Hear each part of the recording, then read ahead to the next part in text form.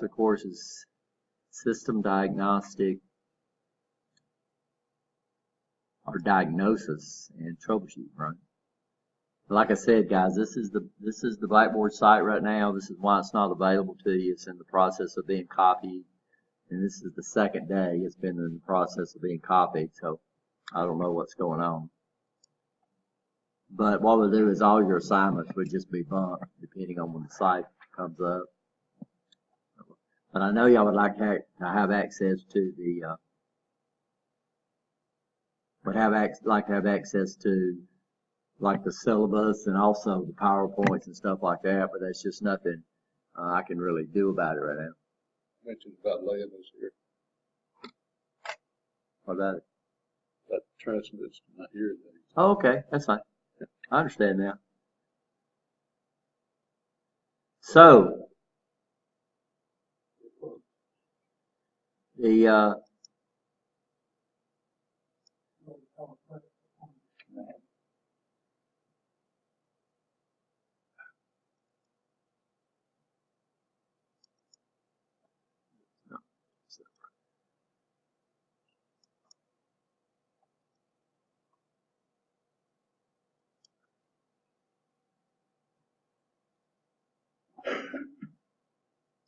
So the term that we picked up, and this has been around for quite a while, is a term called mechatronics. Anybody know what mechatronics is?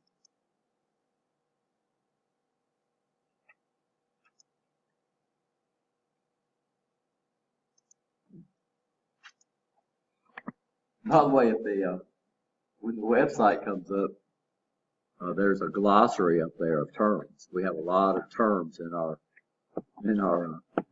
trade.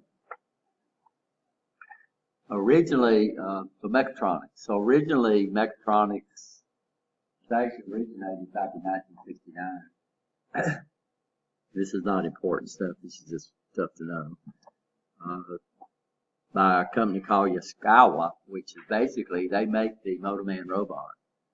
So that's one of the things that they make. But they make a lot of mechanical factory equipment. But they do make that robot for us.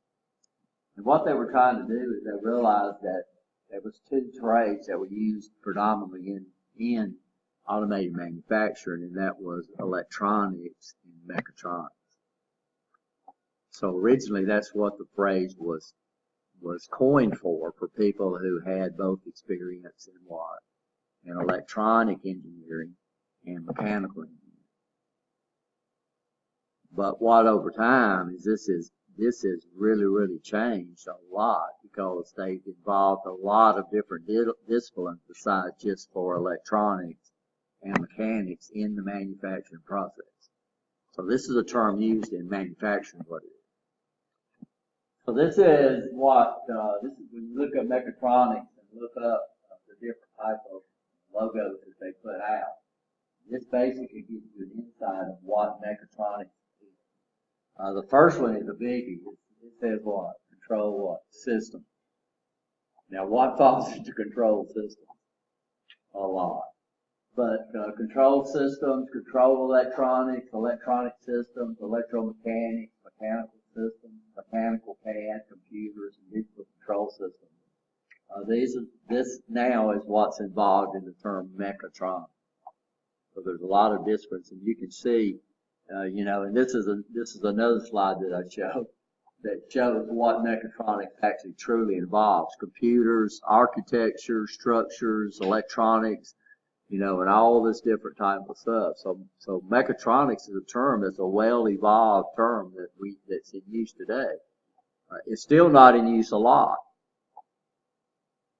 We use it in manufacturing, but a lot of people don't understand it, right? But it's basically manufacturing. It's a term we use for automated manufacturing now. Okay, we okay? So the Siemens certification that's what it says. It's the Siemens Mechatronics System, right? And it's certification, program certification. What we do in mechatronics, or what in the Siemens, is what we call a system approach. So traditionally what we did, the way we taught this stuff, is we taught the components how they operated, all this kind of garbage, and then we put them into the system. The system approach was you start with the system, see how the system operates, and then you move to the components. Does that make sense? And they refer to this as the system approach. So Siemens came up with this. This is their technique of doing the system approach. You move around from left to right. So the first thing we start with is the what? No, the big yellow thing up the top. We start with the system. And then we look at the overall system, and then we come back and start picking up what each section of the system does. So most automated manufacturing process consists of different sections that do different things, right? So like Mercedes, it's an assembly plant, and they have the paint shop, they have the interior shop, they have all these different types of shops, the assembly shop, all these different types of shops that's part of the manufacturing process.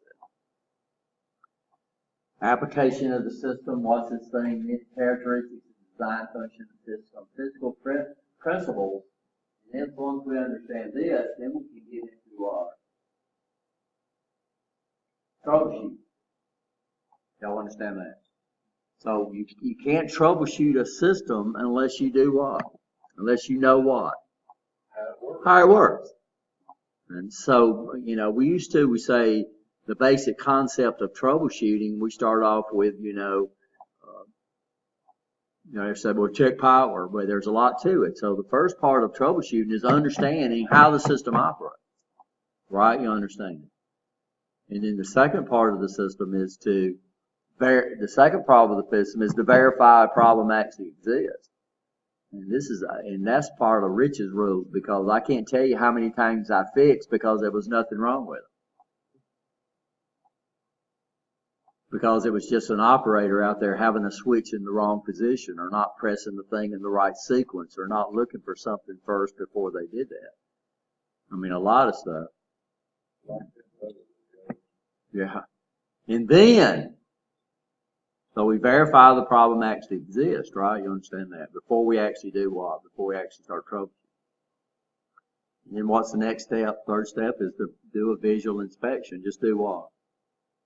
Look things over. You'd be surprised how many things, like a sensor has fell off its mount or something like that. So there's nothing electronically wrong with it. It's just that something happened that we could detect with what? Visible. And what would be the next step? The next thing is to verify the power, to make sure the power is there. A lot of times we can do that with the visual inspection. So when we look at the Amatro line over there, I know those modules are powered up, right? You understand? Because it's got a big old white light that's on over there saying the power is applied. So that would pop up right off the bat. So when we say check power, we don't mean a visual check of power. We mean do what? Take a dang meter out and do what? Measure and verify the power is there.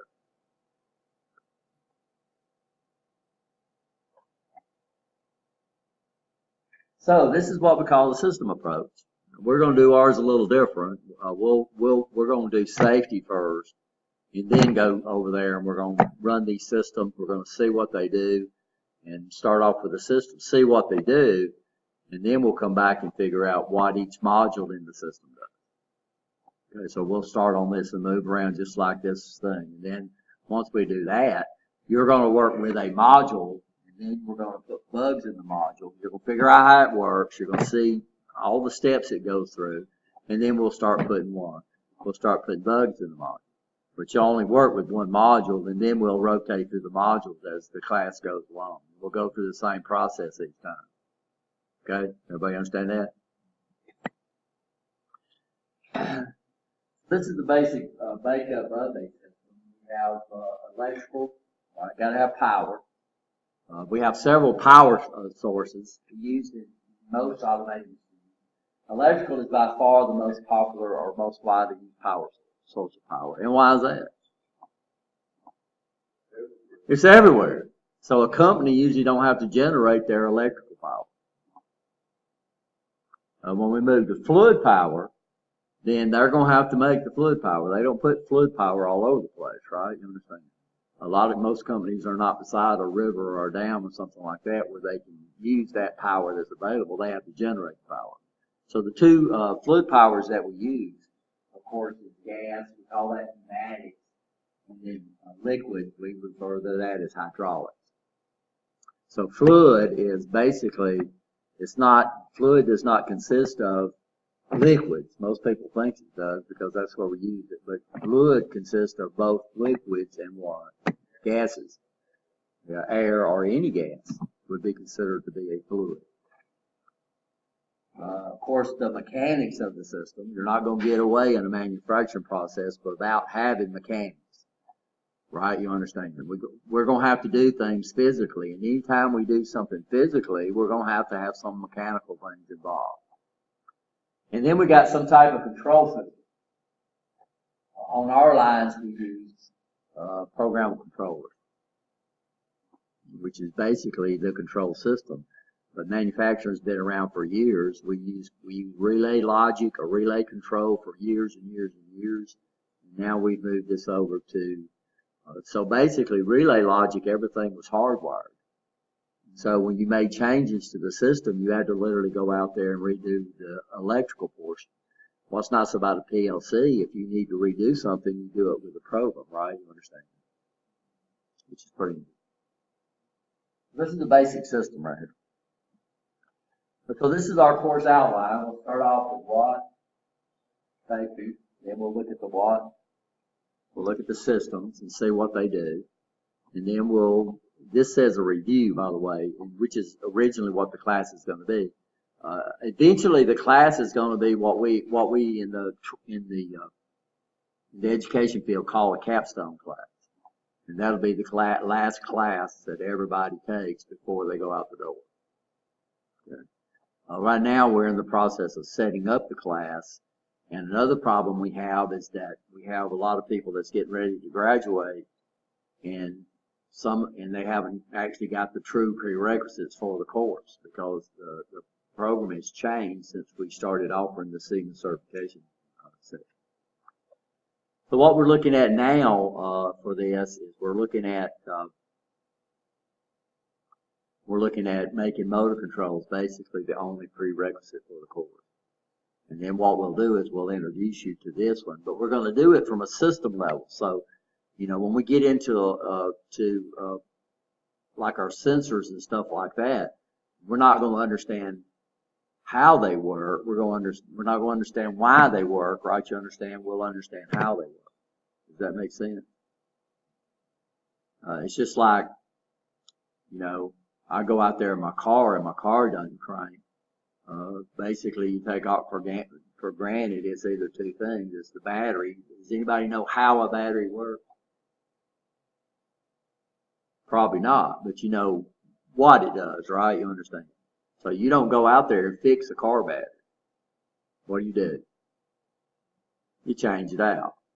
So if we understand what a certain sensor does in the system, we don't need to know how it does it. Right, you understand? All we need to know is what it does. And if it don't do what it does, we don't try to repair the sensor. What do? We replace it. And that's what we do in this class. That's what system level approach does. When you get into an automated manufacturing system, anytime any unit goes down, basically you're dead in the water. So the ultimate goal of the technician now is to do what? Fix that thing as what? As fast as they possibly can. And that's what we do. That's what the system approach does. It gets you ready to fix a system as fast as you possibly can. Electrical, which hopefully most of y'all got that. We'll look at fluid power.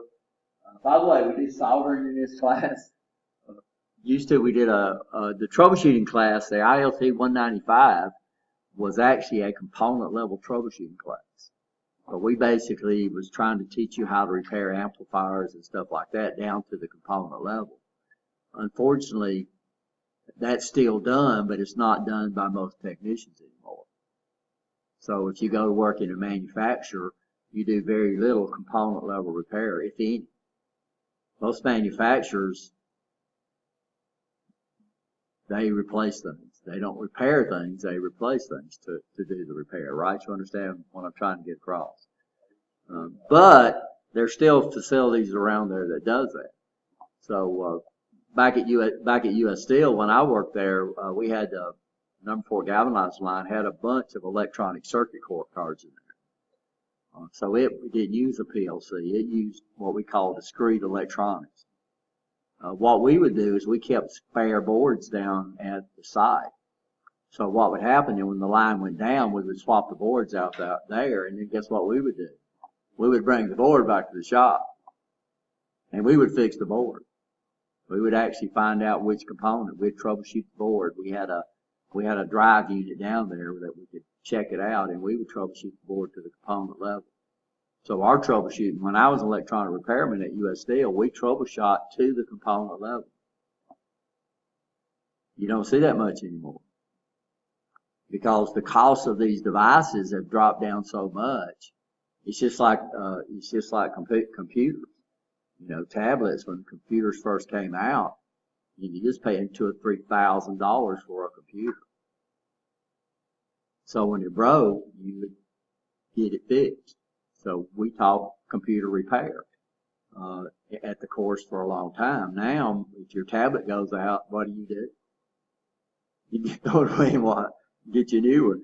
You break all the phone. You know, I've seen people break these glasses. They're the glass on the front of their phone. There's a suit against Apple right now where they're going to require them to provide users the information to actually replace the glass. So that's going to be interesting to see what happens. But normally when you bust it up real bad, it's about time to do. You say, well, that's a good opportunity to do what? Get a note. So that's about the time you upgrade anyway. So, but we realized that we're putting technicians out that don't even know how to solder. So we put that back in this class. So we're going to teach you soldering in this class. Mechatronics, PLCs. We don't do PLCs from a programming point of view. We do PLCs from a repair point of view, right? That makes sense? So trying to figure out if an output of the PLC is not working or if an input's wrong or something like that. We don't worry about the programming in this class, right? Of course, if you do the level 2 certification, then you need to take the PLC courses. That's part of that. And has anybody had PLCs yet? Well, that's really good. So y'all understand a lot about it. And then we'll try to do the NC3 meter certification in this class if we have time. And that's basically just an outline of what we're going to do. And y'all got any questions on that? Everybody okay? What's the first thing we're going to talk about? Safety. And not any safety. We're going to talk about electrical safety.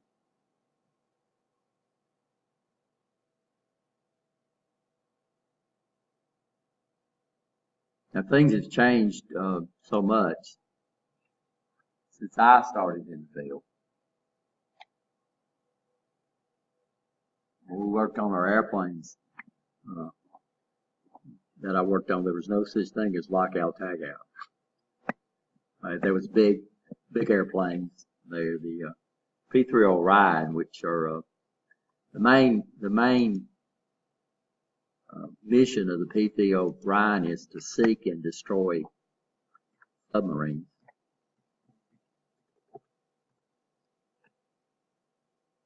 This is the plane that I actually worked on. Oh, that's not a good picture.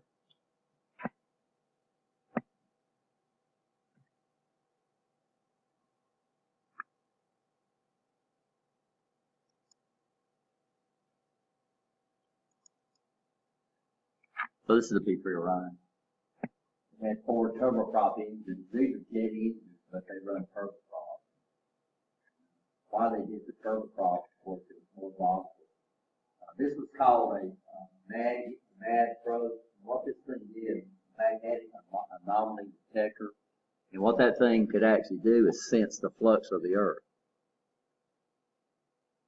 So what would happen is that if a submarine was down in the water, the flux of the earth would do what? It would dip into it. And that's what they would find. So they used things called sonobuoys that they would drop into the water, and they would listen to anything that's going on down there. And then once they found the submarine, then they would start flying a path until they found that dip in it, and they knew they would what. It was right on top of that thing. And then they could drop nuclear torpedoes if they wanted to and blow it out of the water. So the primary mission of a P-3 Orion, and you'll see it's still used. They're replacing it with a P-8 instead of a P-3. But there was a lot of these used. They use these on a lot of search and rescue missions. Australia still flies them. So if you was looking at when the plane went down that they haven't found yet, that Malaysia flight, 378, there was a lot of P-3s flying around out there. So the plane is still used. The squadron that I was in, VP-40, it was originally in Moffett Field, which was at the tip of San Francisco Bay, but they moved it back up to Washington State now, so it's up in Washington. But they're still flying the P-3s. They haven't got upgraded. So they found it. In fact, they finally called off they're not even looking for it anymore because it was taking so much money to do it. And they was talking about some of the relatives trying to get a GoFundMe to try to keep searching for it. They have found parts, though. It's washed up, that's been proved. So they know for sure that the plane did crash somewhere. This is the P-3. We had basically, you can see it's a big plane. It's a Navy aircraft. It is and still is the largest aircraft that the Navy has. And the Navy actually has more airplanes than the Air Force does, by the way. People don't understand jets, but the Navy has jets. This was the P-3. And then, of course, the Air Force has all your big transport planes, the big planes. The KC-5s, I don't think they're still flying that thing. That used to be the biggest plane in the air. But it's, C-5, yeah, that thing was huge. Oh, that thing was huge. We was at Moffett Field, and one was going down the runway. And it looked like it was taxiing, but it was so big, and all of a sudden it lifted off the ground. It didn't look like it was going as fast as it was, but that was a huge airplane. They used to fly them into Moffett Field. Moffett Field has been turned over to NASA. NASA uses that field now. Ames Research was even there when I was there. Ames Research is where NASA has their big wind tunnel. It's huge. It was the biggest open structure building available. So it had no supports inside the building. It was supported on the outside of the building. And it had the biggest wind tunnels out there. And they took over the whole base when I left. We had a guy that was working they called it the load center, but it was a center. You went in, it was down the tube of the plane, and it's where all the controls were, all the electrical controls were. And they had a door on one side, and Tex was down inside that door working, and somebody came in and threw power on the airplane. But there was no lockouts on the plane. So there was no lockouts, there was no tagouts, there was no way to know that somebody was back in there. No, but Tex was taking out a big relay, and the plane power came on the airplane. So the plane had an auxiliary power unit on it, so you could power the plane up on its own power. It had its own power source. And Tex was trying to get the screwdriver out of there when the power came on, and he hit the terminal and melted his screwdriver. But it didn't hurt Tex. And there was back here on the Mad Gear, there was a navigation light right there. And this is the same guy, by the way, Tex. And that navigation light went out, and Tex had a big stand up on the top, and he straddled this thing. He was Texas anyway. He straddled that thing. And he was up there with a screwdriver down in there trying to take that light out, and somebody turned power on. Same guy turned the light on, and he did get shot pretty bad. Turned power on the plane. He did get shot pretty bad on that. It was pretty funny too. Tex, we called him Tex because he was from Texas, right? So safety now is a big concern, and some of the people that was out at U.S. Steel, of course, might see the changes that was there even when I was there. I worked as an electronic repairman out there for about 4 years, and I know it's changed a lot. So probably now, was you in electronic? Was you in electronic? But electronic repairmen's out there, they don't do any component level repair anymore, as far as I know. They change things out. Yeah. Sometimes they send them off to these people. Yeah, but see, so they still have repair facilities. So saying there's no component level repair anymore, that's not true. It's just that it's these big companies that actually make these things, which we don't have that here in this area. So us teaching component level repair would do you no good in this service area unless you got work for some manufacturing facility that actually does the repair. So we have two standards for safety, and I don't know, we got a 910 manual in here somewhere. I'll look for it. 910 is OSHA. So every safety rule that OSHA has is in their 1910 manual. The electrical part of safety, which could be concerned with, is in subpart S. So there's all these subparts, and they basically cover every trade that you can think of. And the manual's about this big. The electrical manual, the electrical safety is covered in subpart S. We have what we call the National Fire Protection Association. These guys protect against fire. They realized that there was a lot of fires caused by electricity. So they came out with a standard they call the NFPA 70 standard. We all know it as the National Electrical Code. Now, the National Electrical Code is not necessarily in there to protect you. It's in there to protect equipment, prevent fires, right? So it covers the way we install things to prevent fires. Now, you'll find out a lot of things make it, when you install it correctly, it makes it safe, right? You understand? But they realized that they needed to come out with a standard that protects the worker. So NAFTA came out with what they call the 70E standard. The 70E standard is a worker safety standard. And the 70E is becoming very, very, very popular. We'll look at what a qualified worker is, electrical safety work practice, understanding what arc flash. Basically what the 70E covers, it covers shock and covers arc blast and arc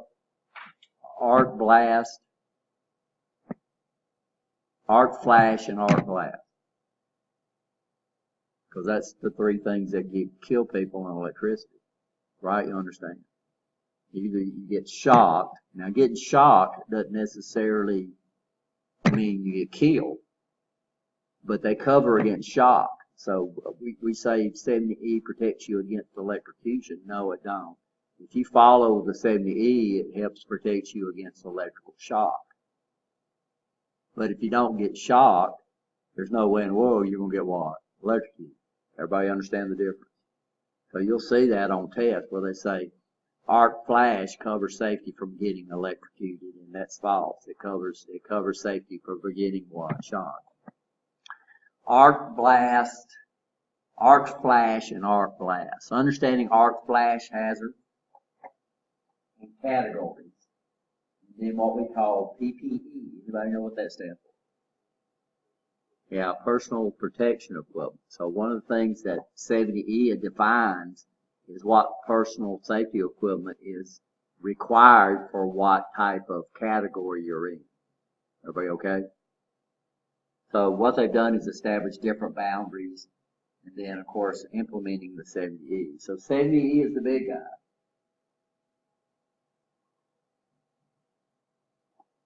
So this is some statistics that I found. So this is last 2008, arc flash. This is where it came from, arc flash safety family. By the way, these PowerPoints are not necessarily mine. I can't remember if I found these or if this was already in the PowerPoint. The 1,738 electrically related workplace fatalities from 2003 to 2010. But how many were injured? 13,150, and these are reported injuries, right? You understand? There's some injuries that still go untreated. 80% of the injuries were caused by what? Arc flash. Y'all know what arc flash is?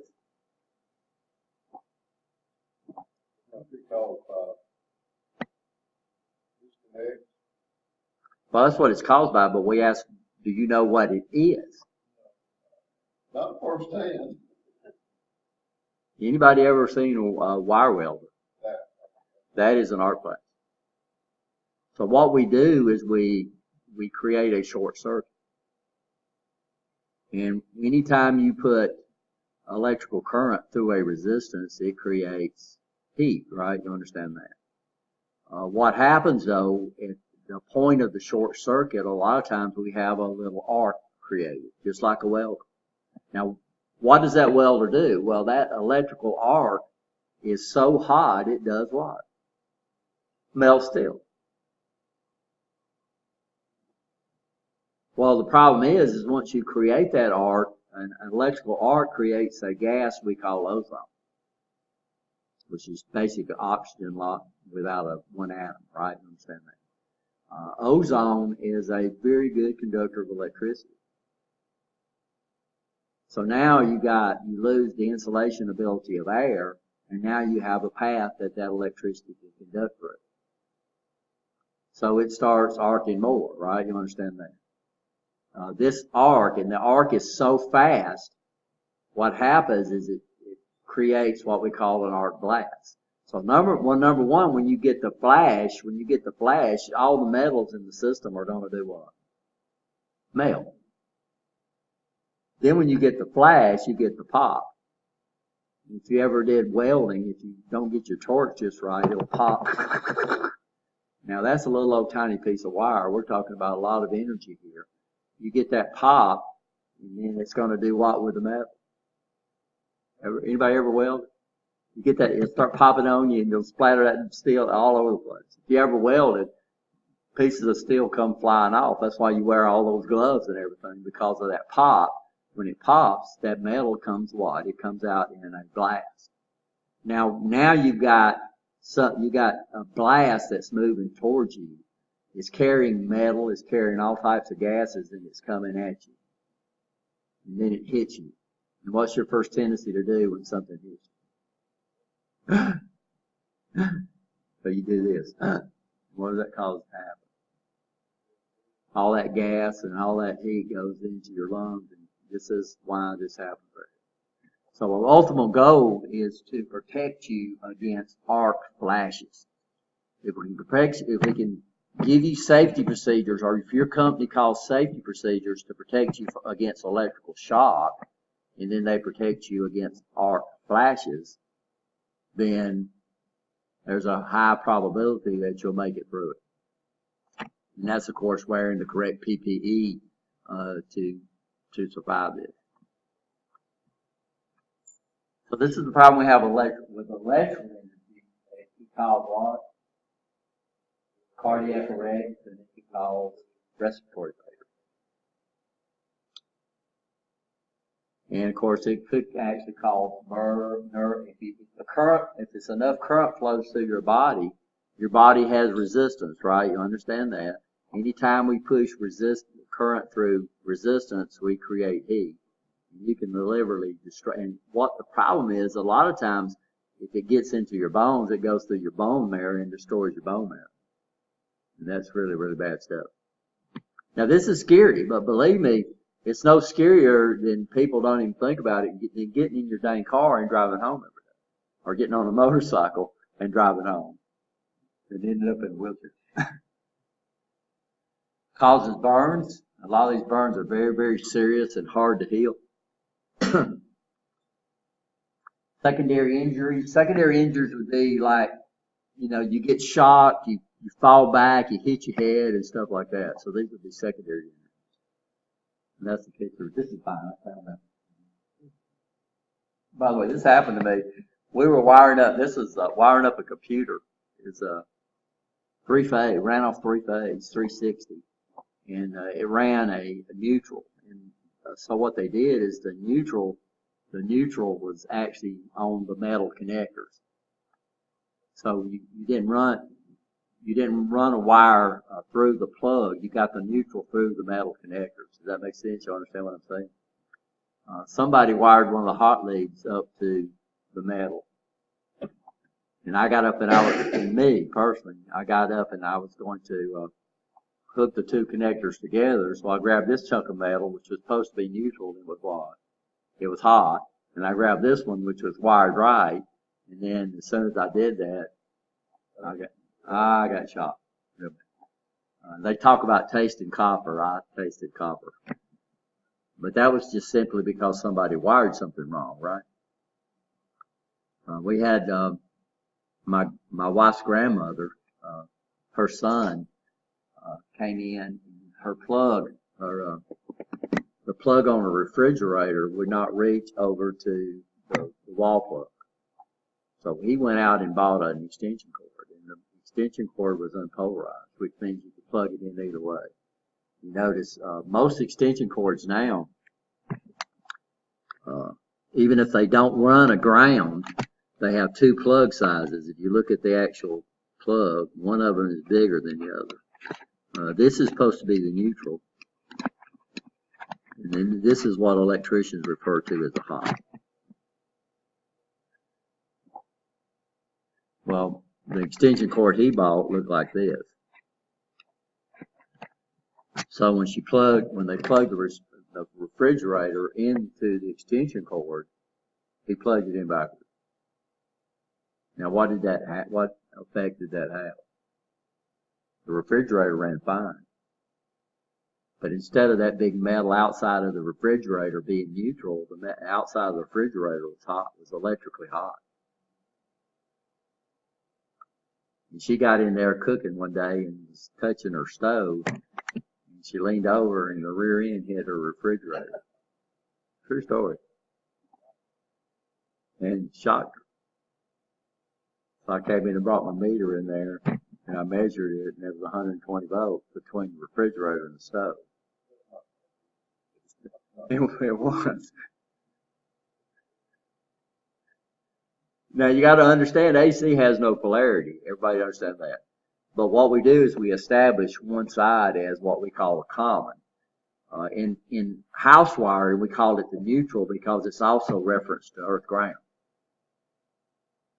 So now, of course, you get a refrigerator, it's a 3-prong plug. Back then, it was on 2. But one blade was big and one blade was small. But the extension cord he bought was unpolarized, so he plugged it in backwards. So I came in there and I pulled it out and I spun it around and switched it back into her extension cord.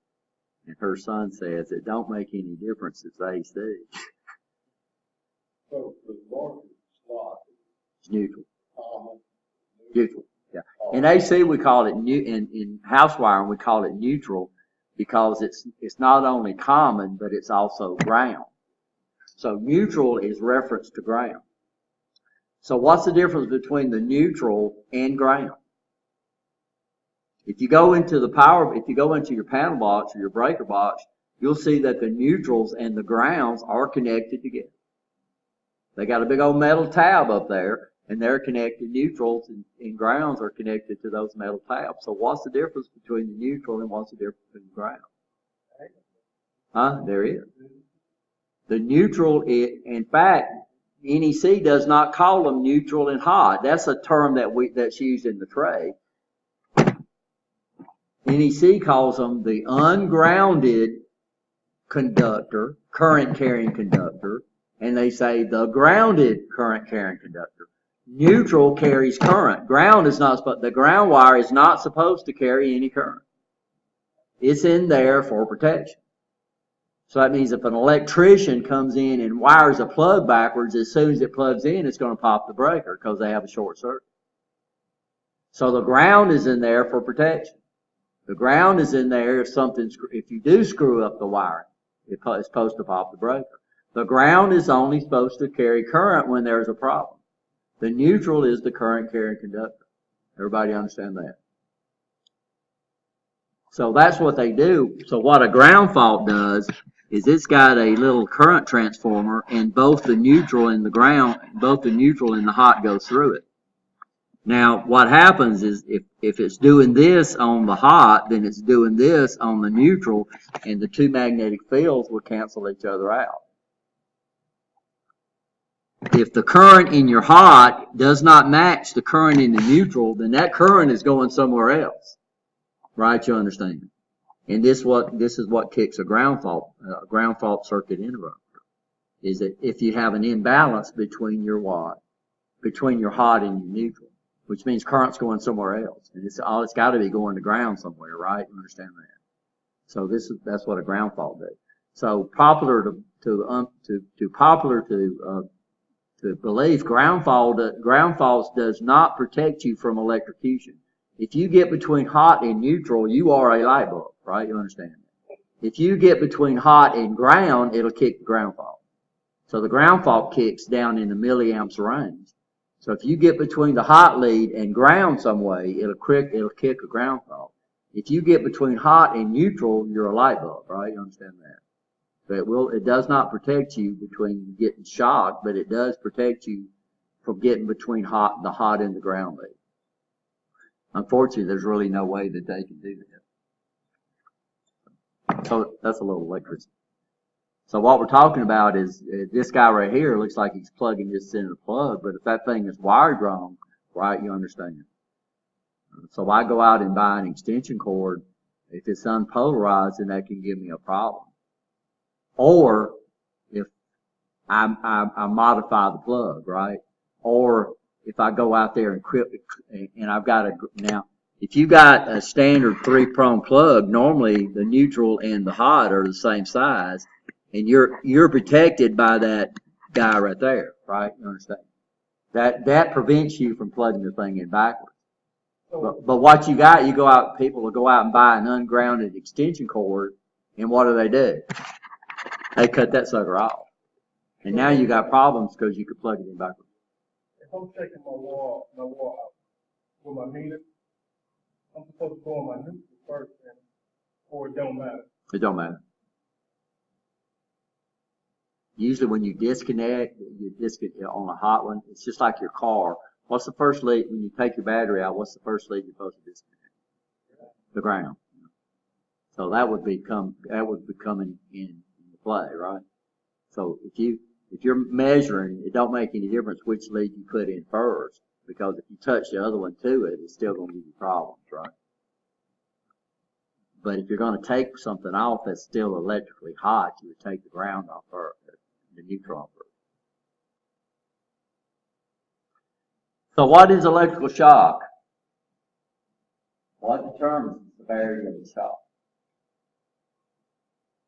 3 things. They're up here. What 3 things?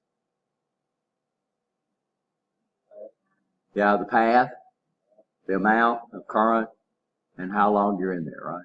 The amount of time you're in there. So that's why ground faults trip in milliseconds. Low voltage does not mean low hazard. Everybody understand that? Unfortunately, body resistance is what? Not a fixed quantity. What it determines on the path. Different parts of your body has different amount of opposition. On the chart we've got, guess which one they show is the lowest path of resistance in your body? Take a guess. It surprised me. I didn't know. No, your hands have a really good, anything that's got a lot of thick skin on it. Skin is a good insulator.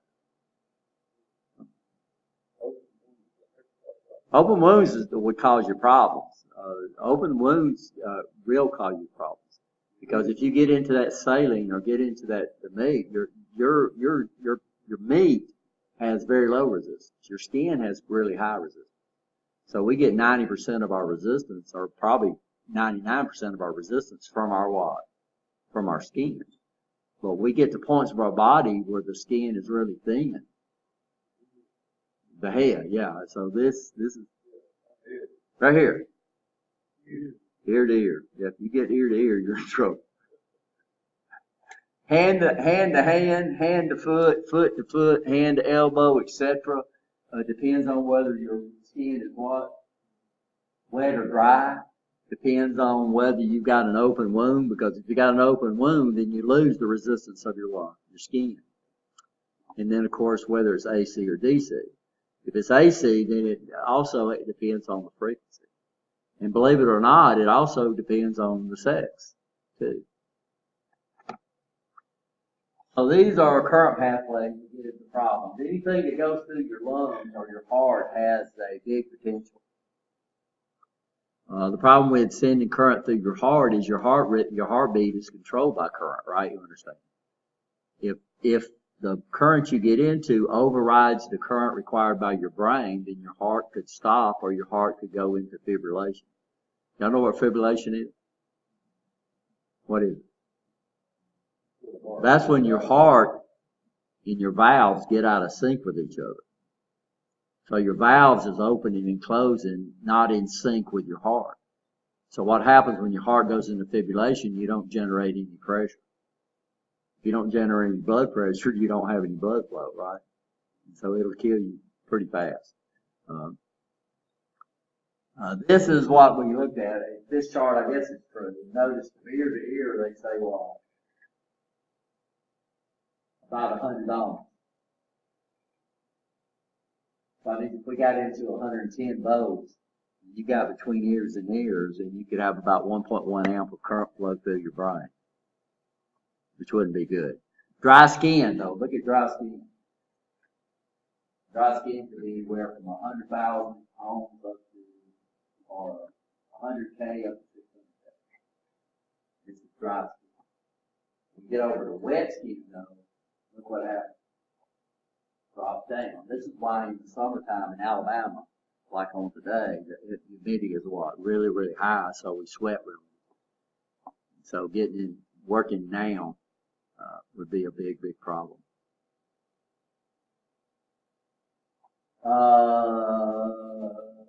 Where else fast we look up? Hand to foot, about 500 ohms. That's very dangerous too. Ear to ear. This is a pretty good chart that I got off the internet. I don't know where I got it at. I need to start giving these people credit. Are you okay? This is another chart that surprised me. DC and AC. So notice, and this gives us the gender. So notice that men are basically could get shocked more than women, which really, really surprised me. So slight sensation, the men start feeling it at 1 milliamp of DC, but women starts feeling it at 600 microamps. And then when you get into AC, AC is a little less dangerous than DC as far as electrical shock goes. So on AC, it's about we get it at about 400 microamps. Women get it at about 300 microamps, right? Why is that? That's what it says. It surprised me. So you're more than welcome to research that and let us know, but I just took the credit for the chart. Why does women have a lower tolerance than men? I don't have to say that. I really don't. I don't know if it has to do with the thickness of the skin or why. I don't know. It's a really, really good point. And what happens is, as the frequency goes up, the danger of AC goes down. So see, if at 10,000 kilohertz, you can feel it at 7 milliamps. Now, this is the reference we need to go by. Why? Because this is Alabama Power. Well, TVA. You know, Bessemer State Technical College is not on Alabama Power. Even though I say that all the time, because my house is. Bessemer is TVA. So the college is powered up by TVA, which I think their closest pan is up toward Tennessee. So they get their power all the way down from Tennessee. But they do AC. That's because AC, we can step it up for transmission, right? You understand?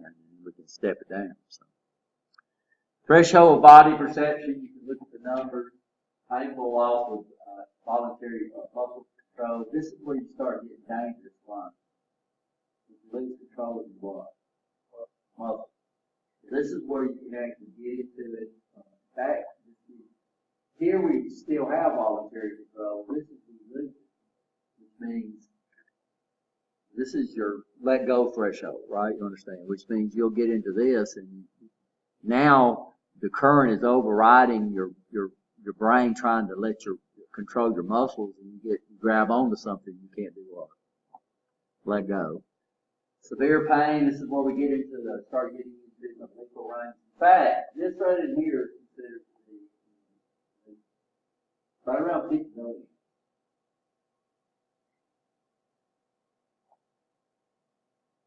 Then all the way up to this guy right here. Now this is what's strange that I saw too. Look. Up here, DC is larger than AC. Down here, DC current is more than AC. So it actually swaps over. Pretty good. So this is an interesting chart. Everybody okay?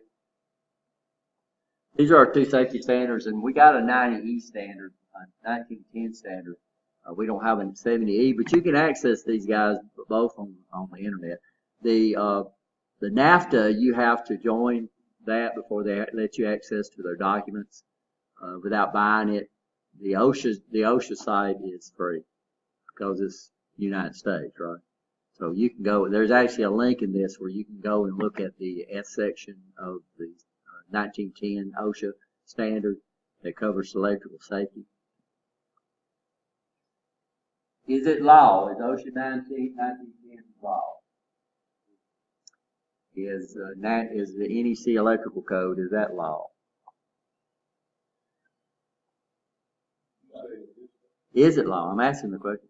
Yes. Building F isn't on the map. I was looking for the safety, industrial safety.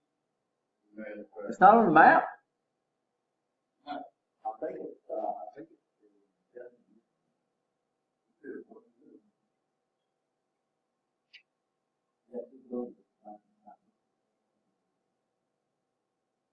That's a problem.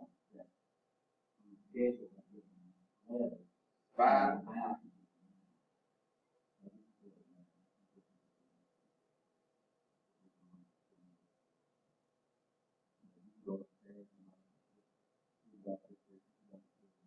This permitted maintenance right here. What is it?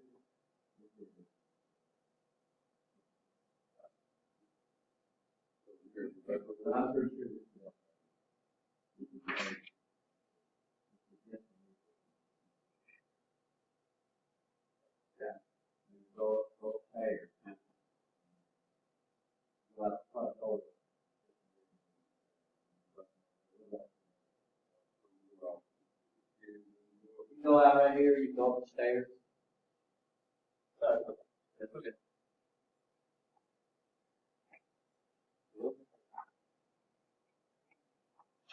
So is OSHA 1910, is that law? Is the National Electrical Code law? Is NAFTA 70E law? Yes. So 1910, that's OSHA. OSHA is law, right? You understand that? National Electrical Code is not law. National Electrical Code is only law if it's adopted by the authority having jurisdiction. So your electrical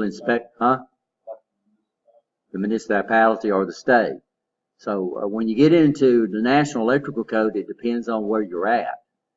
So Jefferson County, so we have a lot of times you have to be licensed in the county, you have to be licensed in the city, and then you have to be licensed in the state, depending on where you want to do your business at. Normally, Jefferson County, Birmingham accepts Jefferson County license. But Jefferson County doesn't necessarily accept Birmingham license. I don't know exactly how that goes. You'd have to talk to Mr. Sanders. Jefferson County did it for a little while because when they were under, when they filed for bankruptcy, that's one of the departments that they basically did away with. So the inspection was handled by local municipalities. But NEC is only law if the authority having jurisdiction makes it law. Everybody understand that? A lot of people think in the National Electrical Code is law.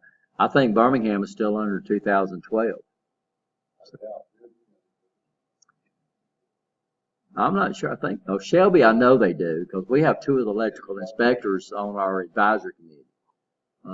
Which one they've accepted, they don't know. They come out with a new NEC code book. They come out with one every 3 years. Last time I checked, Jefferson County is still looking at 2012. So they haven't accepted the 15 standard yet. So usually Jefferson County is usually one behind. And you can understand the National Electrical Code book is that big. And what they're trying to do is they're trying to see what that new code book says, right? You understand? So it takes them a long time to figure out. It's 70E code law. No, it's not. Depends. If you work for the Department of Energy, 70E is the law. If you work for anybody else, OSHA has not adopted the 70E standard. However, the 70E covers almost everything that's in the 910. In fact, the 910 covers more. So what they're saying is if you apply with 70E, then that will get you through the S standard of OSHA, the 910 standard of OSHA. That makes sense? So 70E, as far as I know, the last time I checked, has still not been adopted by OSHA. So that's kind of a misleading thing that everybody says. It says that NAFTA 70E helps employers meet the performance requirements in the what? In the 1910. So most people deal with that because it's a little old tiny book. The 1910 is what? A big old book. And the S section is a lot more than what manufacturers need. Are we okay? So National NEC or NAFTA 70 is the recently adopted standard for the safe installation of electrical wiring and equipment in the United States. So 70E, popular, most people believe that it's employer or employee safety, but it's not employee safety. It's basically equipment. It's the safe installation of equipment, right? You understand that? And then the 70E, which was added, covers what? Now, safety in the workplace. This is what protects employees. Everybody okay? I guess. No, I think it's just a letter that they assign, but that's a good point. But here's the actual link to that thing. Oh.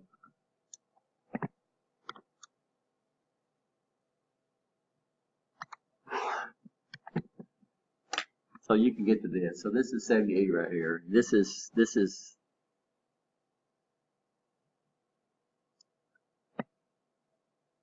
So here's 70E right here. I'm sorry. This is subpart S. And this is B. I'm sorry. This is the whole thing. So there's A, B, C, D, E, F. Power plants, occupational health occupations, hazardous material. There's I. And then, of course, that was S. And then S is what?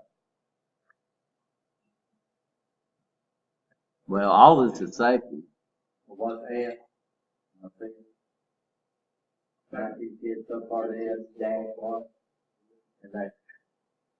And they went ahead and set up a bunch. You can see a lot of them haven't been written. So they set up all these different standards through this range, and these are the ones that they've actually established so far. which covers electrical utility systems, general wiring and design protection, wiring methods, specific components, hazardous. And of course, we're just looking at this, and you're more than welcome to use this. And it goes all the way down to this. But notice there's only 1, 2, 3, 4, 5, 6, 7, 8, 9, 10, 11 sections that's actually been established so far. And I think this is true in the version that we have. Like I do, I'll find that and pass that around to you. We rearranged, we had a bunch of stuff in this office right here. This was our library, basically. And when Brittany was brought on board, this was the office we assigned her. So most of our junk is in this storage room. I guess when you move stuff like that, it ends up to be all over the place. But I'll see if I can find that. Okay, guys, y'all go ahead and take a break. So, dot 3.8 is safety installation. Dot 3.35 is workplace practice. Dot 3.99 is definition. And appendix A is just reference type.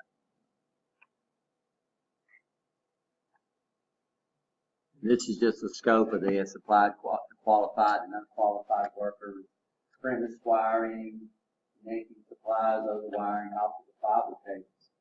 So 70E does not cover optical fiber.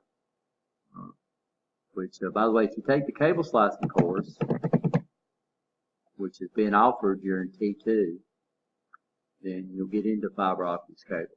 It's available to you if you can take it on one of your other classes. I think it interferes with motor controls. Hear that.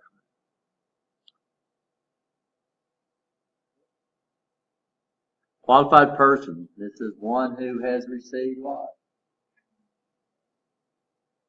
Training in and has demonstrated skills and knowledge in the construction and operation of electrical equipment and installation and the hazards involved. Right now we're doing the training, and of course during this semester you'll demonstrate skills.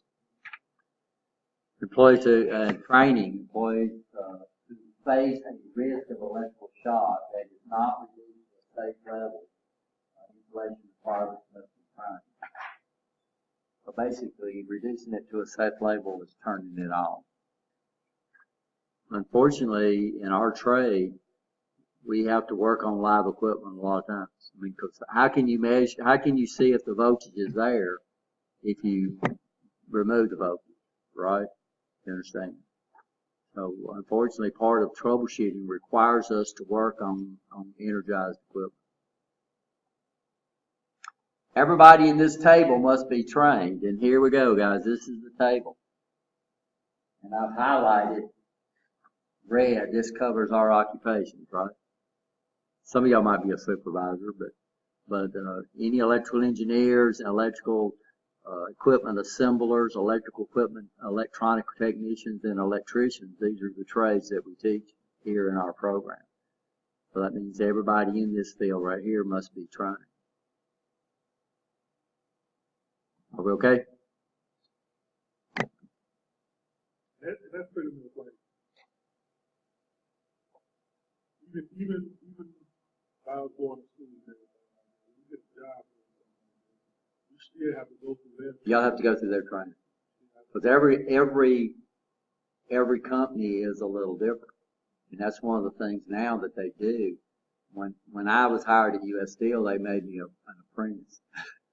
And they put you with somebody. So they put you with somebody. And that was that's the way you basically got trained. And then, of course, they have what they call SJP, which are safe job procedures. But there were literally, I don't know how many of those things. So you couldn't go all over them. So just about every day you'd come in and they would have a list of SJPs you're supposed to read and then initial that you read them. I don't know if they still do that or not. But there's really no official safety training where you went out there and sat in a safety class before you went to work. And I'm pretty sure that's definitely changed now. Out there, I know they're still running several mills out there. I think they're running the pipe mill wide open, and I think they're running another one. Huh? Still got the south, they still got the fuel line. The Caster's running? I think the test is making the pipe, I thought they was bringing in. The pipe mill's got reheat furnaces over there, and I thought they was buying the billets from up north somewhere. Is what I understood. I understand that might be what it is. because the Caster was working, they'd have to have molten steel, but you don't have to have molten steel to reheat it. So pipe mill's it's got reheat, so they're buying the steel from what.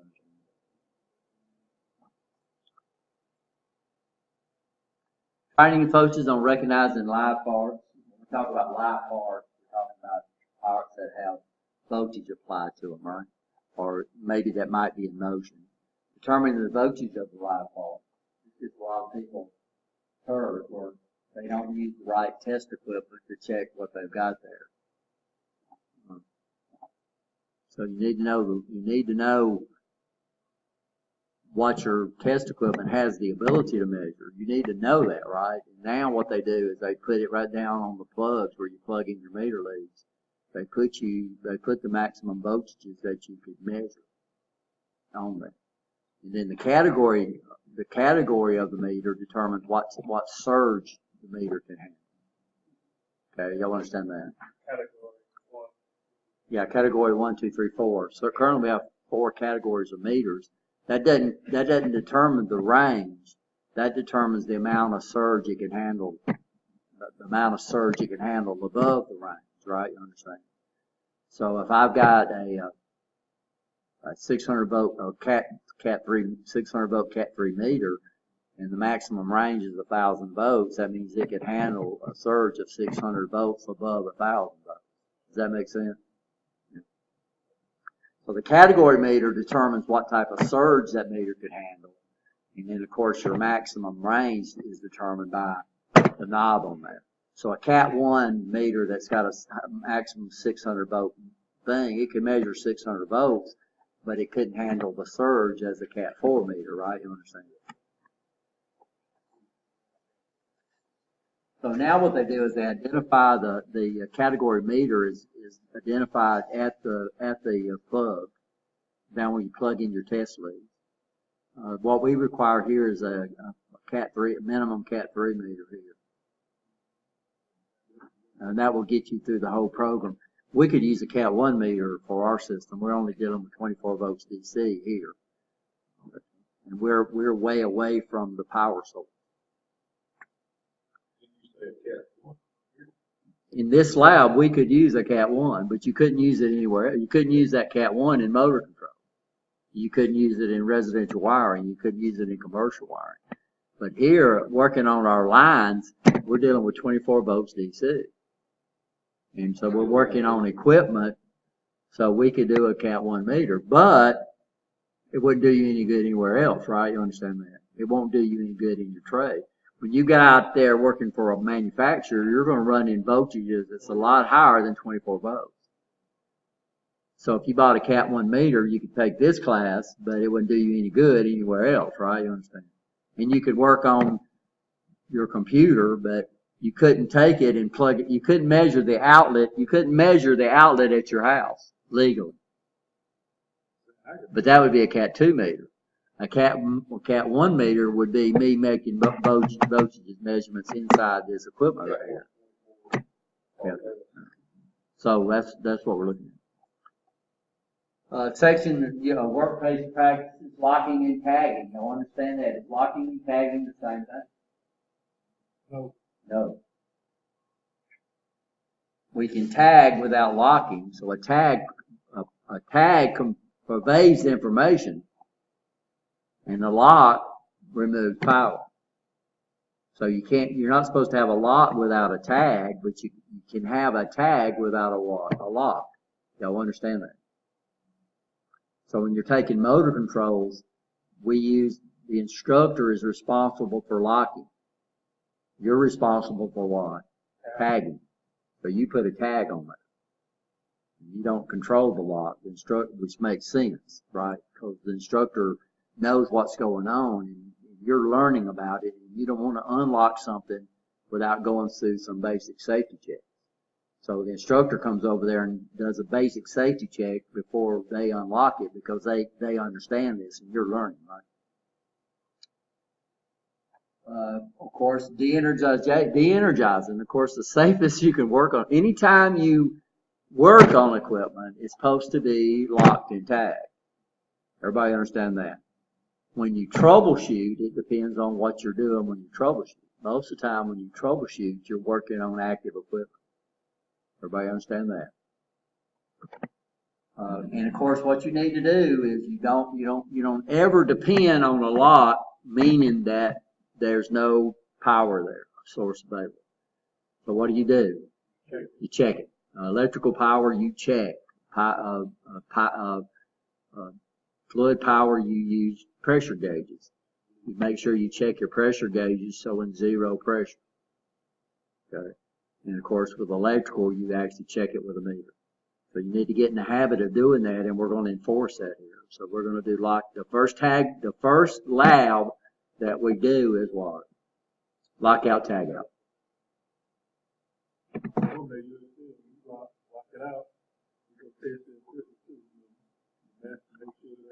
Yeah, messing with equipment, but you're supposed to legally put your meter across it and make sure there's no power there. No, you're supposed to verify all the power sources, and you're supposed to lock and tag all sources of power. So that means we got two power sources on these lines over here. We have both fluid power and we have both electrical power. So we have the ability to lock and tag both those power sources. And we'll show y'all. We got a lockout tag out kit I'll bring out here and show y'all. Of course, our locks and tags are in the top of the toolbox over here. They'll be available to you all semester long. Unfortunately, this is a class, so you don't get to keep your key. So you leave your key here, right? You understand that? Because this is training. But out in the workforce, that key stays with you. You know? So here we have two keys. Most of the time at the workforce, you have one. And who can remove your lock? That's not true. Only if all means of getting contact with you fail. So somebody can remove your lock. Man, that would be in trouble if you got out. I got you locked out, and you get out there and get killed in a car wreck, and I can't take your lock off. Right? You understand? So it is law. We can remove the lock. Somebody can remove the lock, but they got to basically get your permission to move the lock. Right, you understand? Or if they cannot possibly contact you. Now you gotta file. According to OSHA, now you have to. If you remove that lock, there's a lot of paperwork involved before you can move it. You have to do these documents saying, and basically saying you've exhausted all means to get in touch with you. And even if I can get in touch with you, you can give me permission, right? You understand? If I can get in touch with you, then I've got to try, several different methods like phone and email and text and all different kinds of stuff. And if I can't get in touch with you that way, then if I can document that, then I can and then a person of authority can remove the lock. It's got to be a person of authority. That's a miss. It's happened. I guarantee you. I know it's happened. And re-energizing. Most of the time, you got to understand when you re-energize something, there's a procedure for re-energizing. A lot of times, you have to do things in a certain sequence, right? You understand? You have to wait for things to come up to pressure. You have to do all this kind of stuff. So before you energize something, you might need fluid pressure. You might need fluid pressure before you do what? Electrical pressure. Overhead power lines. I'm going to try to find that video. Unfortunately, I didn't download it. And now they've cut it off, but they've got these guys moving this big old stand, and there's like 6 guys pushing this thing. And guess what happened? They hit the lines and kills all 6 of them. I mean, they show the whole thing too, the video, which was really, really something. Illumination, make sure you have enough light to work on things. Try not to do several tasks at the same time.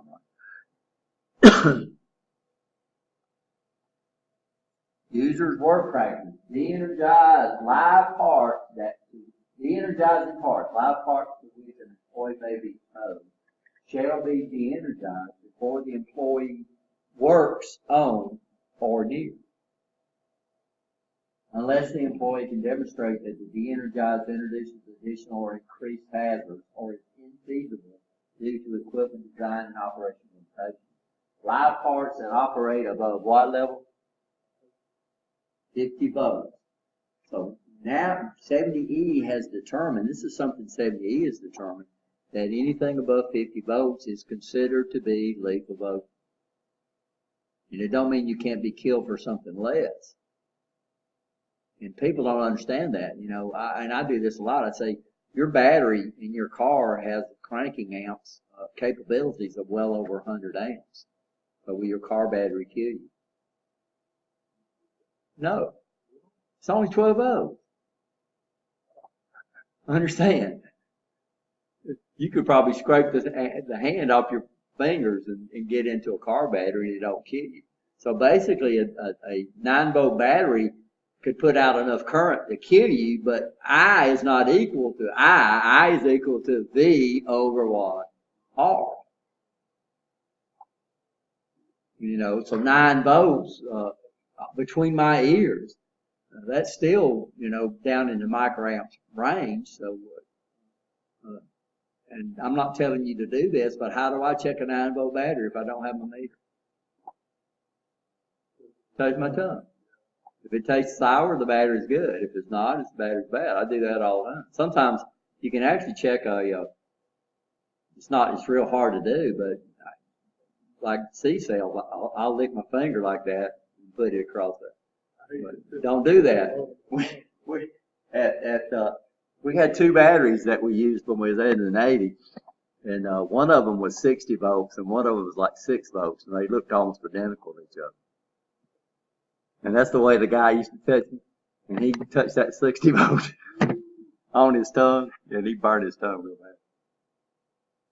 Tell these stories, and that's a true story too. So anything above 50 volts, if we work on anything above 50 volts, it means if we work on it live, and you're going to see the next thing says, unless you're doing what? Unless you're a troubleshooter. Everybody understand that? And that's what it says. It says, where's it say? So when we troubleshoot, odds are we're going to be working on. So what that means, if you do work on above 50 volts, you have to have on some type of PPE. Below 50 volts, as far as I know, you can work on it naked if you want to. I've never seen anybody do that. But you got to understand, 50 volts is still could be unsafe. 50 volts, if you get it across any exposed meat or anything like that, it could still cause you problems, right? You understand that? Portable equipment, plug and cord equipment, reclosing circuits. Reclosing circuits, y'all understand what that means? So normally we de-energize something, right? That would be opening the circuit. Eventually we're going to re-energize that circuit and reclose it. A lot of action occurs when they reclose the circuit. And inspecting equipment. PPE must be used when exposed, must be used during the maintenance, and must be used during inspection. Now, what PPE you wear depends on the energy source and how close you are to the energy source. Everybody understand that? Insulated hand tools, guarding of exposed parts during work. And we never did that. So now if you're working on the energized cabinet, and you got the cabinet door worked, and you're working over here, you're supposed to put an insulated blanket or something over the part that's still exposed or powered. We did never do that. So this is what 70E covers right here. It doesn't cover everything. It doesn't cover electrocution. It covers electrical what? Shock. You understand the difference? So if you don't get shocked, you won't get electrocuted. But you can get shocked without being electrocuted. arc burns, arc flash, y'all understand between an arc flash and an arc blast now, right? You understand? Which would be, and then thermal burns. Thermal burns would be like a lot of people. I do it myself. Is that you got a piece of electronic equipment that's not working right, and you go in there and you touch things to see if they're hot. You find one. Now the problem is that, you know, by the time you feel the burn on your finger, you are what? You are burned.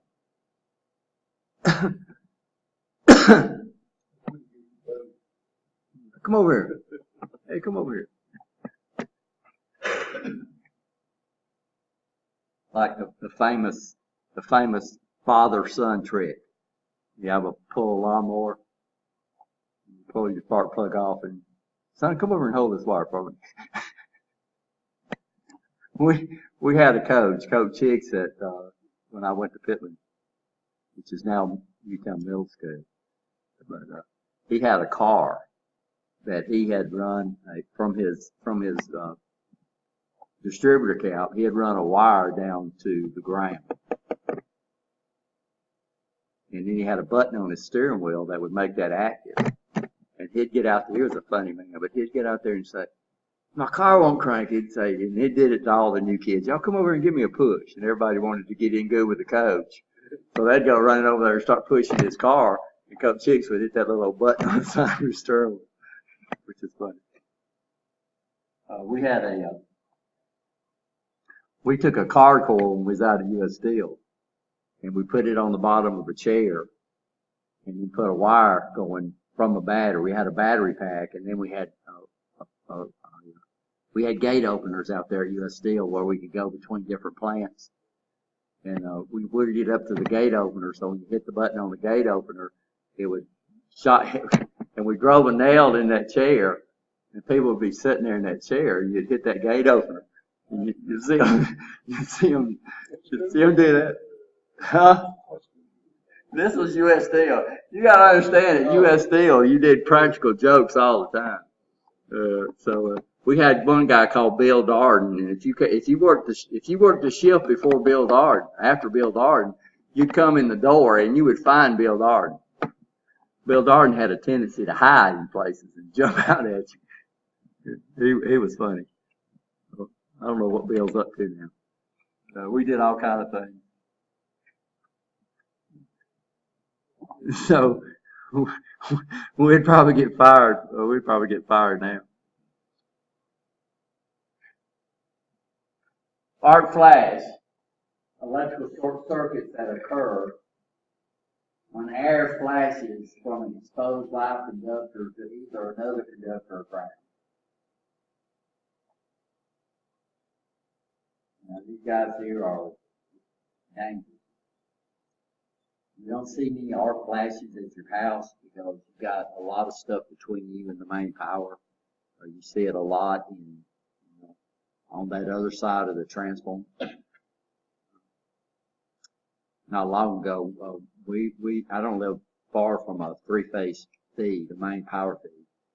And we had a tree limb fall across that three-phase line, and that was amazing. So we saw some arc flashing. Caught the tree on fire. It was interesting. But arc blast, this is a pressure wave caused by what? Arc blast. We got some videos we'll show you. Concentrated energy explodes outward, high intensity flash. Temperatures can reach what? 35,000 degrees. 106 degrees out there. That's hotter than the sun. Pressure waves can be up to 200 pounds per square inch. 200 pounds per square inch. So that means if it hits 2 square inches, that's 400 pounds. And when that hits you, it's going to knock you off your feet. It's going to cause you to take a deep breath. And what's coming at you? All that garbage right there. Pressure wave vaporized conductors in copper and exploding particles like buckshot are coming towards you. It is scary, but if you have on the correct equipment, you're going to survive. If you don't have on the correct equipment, you might survive. But even if you don't have it on, you're going to be hurt. Severe burns, broken bones, vision damage, hearing loss, brain, internal energy, punctures, and lacerations, and of course, it could cause loss. Yeah. So you're going to be hurt. You get into an arc flash, you're going to be hurt. Improper training, causes of arc flashes. Improper training, people doing things they're not supposed to do. Improper work procedures, dropping tools. Everybody ever dropped a tool? We had a lady brought in a big old stereo amplifier, and we had a guy here named Dennis Ramsey. Some of you might know Dennis. But Dennis had a cross pin in his pocket.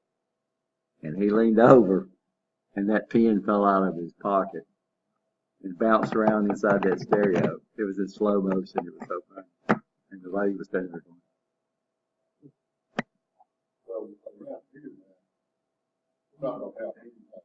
shouldn't have anything in your pocket. Now that was one thing even in the Navy when we worked on in that. So we learned that right off the bat. We even took off our dog tags. So in the service, you don't ever take off your dog tags unless you work on an electrical circuit. We were required to take off our dog tags. Which makes sense. Charge the cell phone and get in bed with stitcher for it. With dog tag chain, well, somehow it slipped between the plug. The chain slipped between the plug. He said it woke him up dancing and burned his neck up. We had a guy he was able to snatch it off. We had a guy at US Steel, Roy Ashcraft, was working on a big electronic drive for a forklift. And it ran off, I forgot, 600 volts of DC, had all these batteries, and he had on the metal watch thing. You got across those things. It literally melted that. We had to cut that watch band off of it. It fused the metal band together. And I guess he's still wearing that scar around there. So if you're going to wear a watch, it needs to be rubber, right? So you see this guy's rubber. So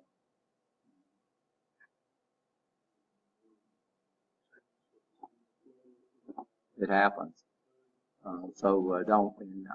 It's not that I'm married. I'm not ashamed of being married, but I don't wear a wedding band. One of the things that, we had a picture on our wall when we was in the Navy where there was a wrench and there was a wedding band welded through the wrench. So that gets pretty dangerous too. So wedding band, and now they make really nice wedding bands for me. I've been thinking about getting those they're not metal. They're rubber. And I've been really thinking about getting them.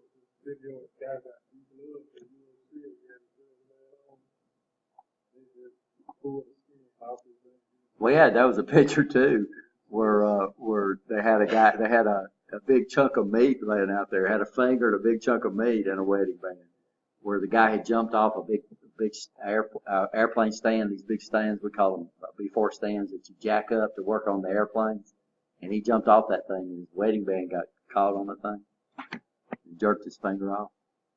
That was a picture too. That's what we had in our shop.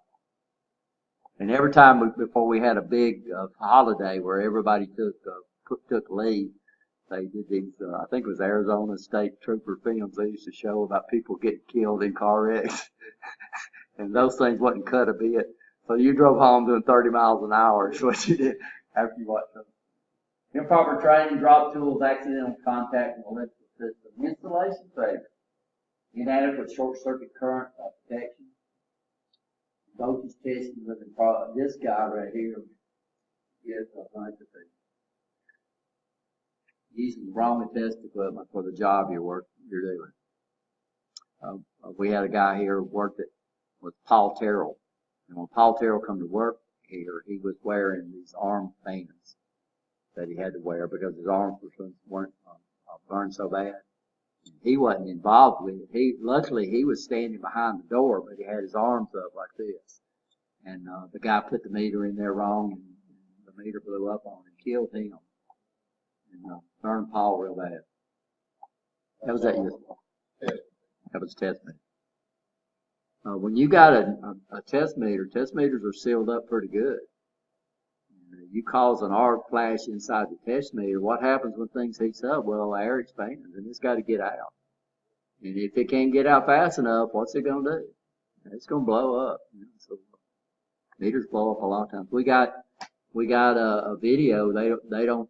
It's actually the people talking about it, about a guy getting killed using the wrong test. Going in there checking something by himself. Got into a 2300 volt circuit with a meter that couldn't handle 2300 volts.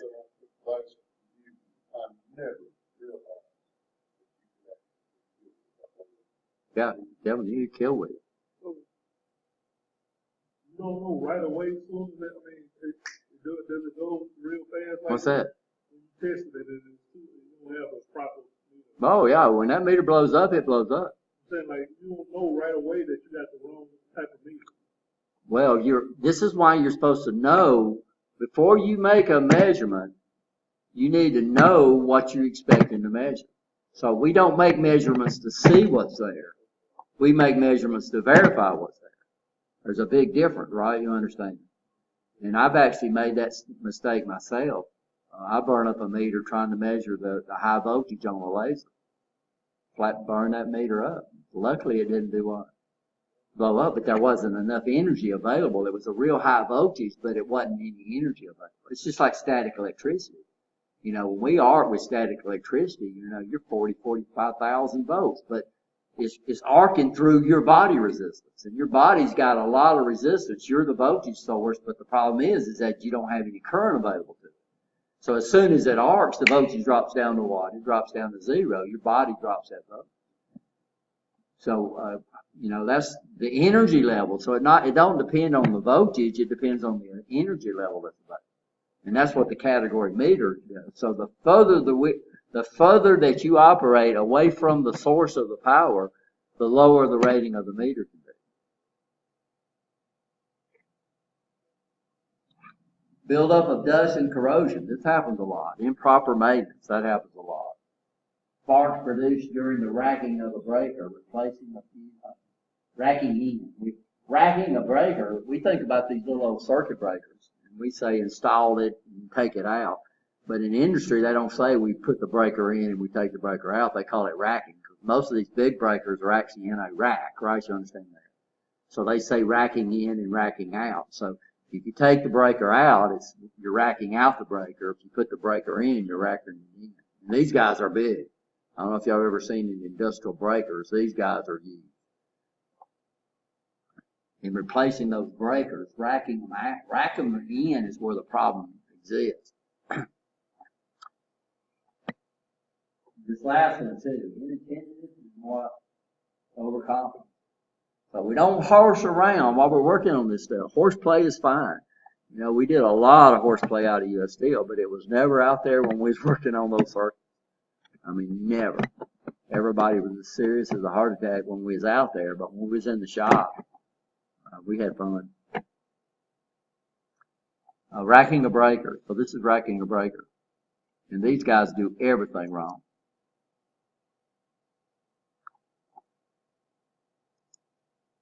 Wait a second, guys. Let me pause it. Oh, there's no audio on this anyway, I don't think. But let me go ahead and do it.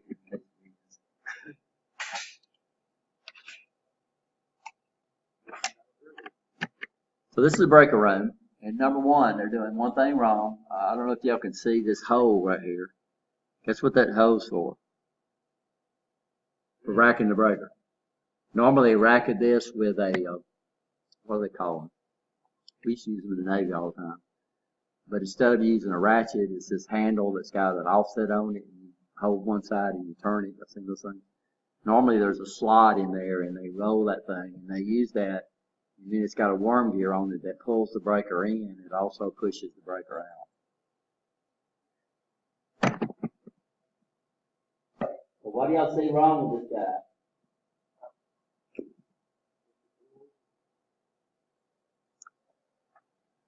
And he's racking a breaker, a high energy breaker, and he's got a phase shield. If he's got that on. No, he don't even have it on. You'll see him in a minute. There's another guy. So look at this. Look at this. His ear. Look, earmuffs up. Here comes the other guy's got his earmuffs up.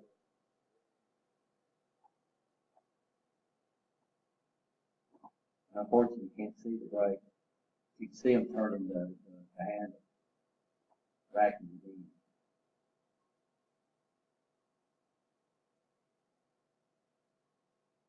And normally on something this level, they would have full PPE on, which is basically a blast vest. It looks like these bomb disposal guys, you know, full face shield, usually covered on the cheek, so nothing can get up under here.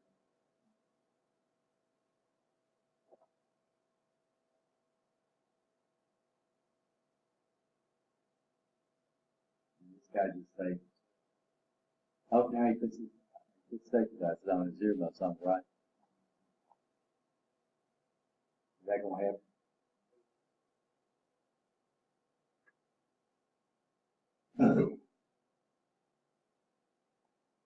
There's different stories about this. Some people say he didn't survive, some people say he did. I don't see how he could. He had bad shape. No, it usually just knocks them off. Sometimes it blows them up. So, you know. It looked like he got hit with a brake. So what happens is that breaker, either the breaker didn't seat right and it created a short circuit. And it's on the distribution side. So this would be like the down drop coming into a substation, right? You understand that? And that's what's between here and that breaker. And if that breaker don't seat in there correctly, it creates a short circuit. What's it going to do? They're going to blow up.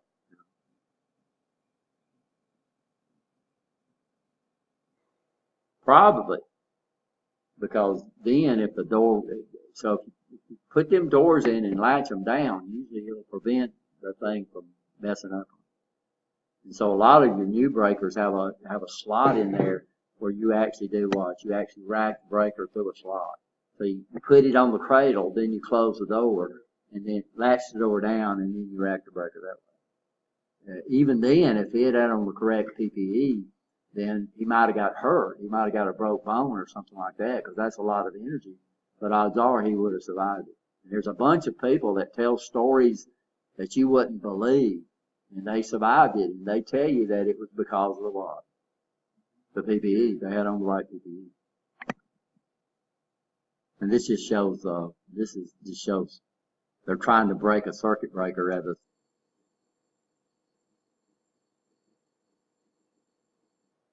no, it's not good. I don't know what this is, guys, but that's the video that comes from that guy. Yeah, it kind of looks like it might be.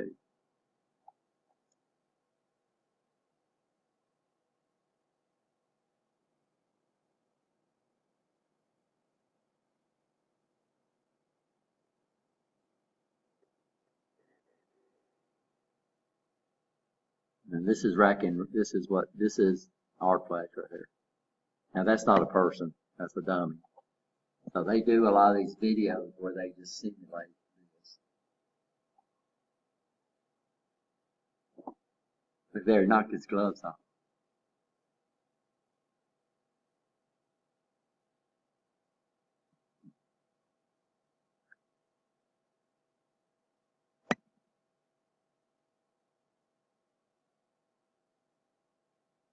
So that's some of our flash fatality video. This is Eddie right here. We're not going to watch this. So this is the video where these guys talk about, this is a memorial to a guy called Eddie. I can't remember his last name. But he got killed. Whose fault was it? It was his.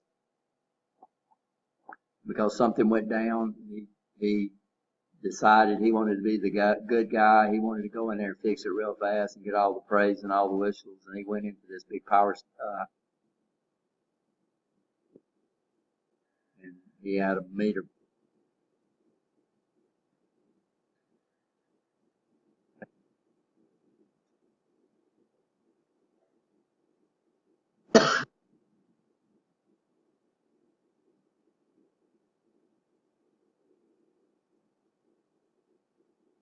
Will probably show it to you if you take it in her class.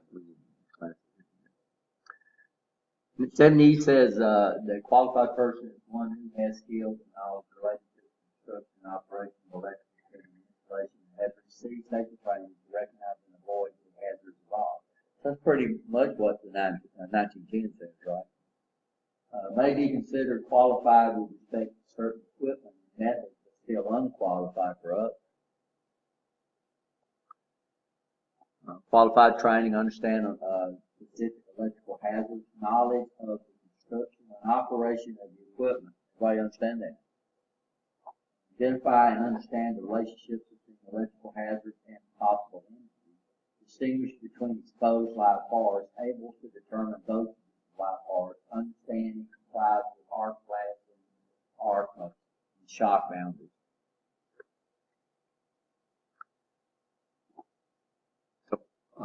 Continue proper use of precautionary techniques, PPE, including arc flash and shock protection, insulated tools to demonstrate how to select and use voltage meters, decision-making process used to determine the degree of the extent of hazard.